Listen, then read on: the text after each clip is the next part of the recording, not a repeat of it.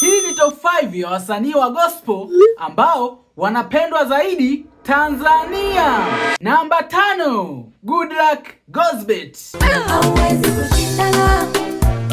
kushindana na mwanadamu mwenye kinywa. Namba 4, Bahati Bukuku. Huko mtaani wananisema, aliwauliza wananisema. Namba 3, Joeli Lwaga. Sahi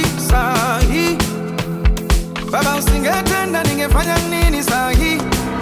Namba 2, Christina Shusho. Bwana mkubwa, tumefanya kazi ya kuchosha usiku kucha.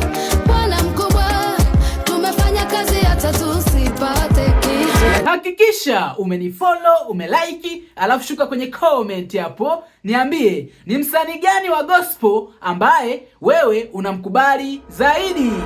Namba 1, Rose Muhando.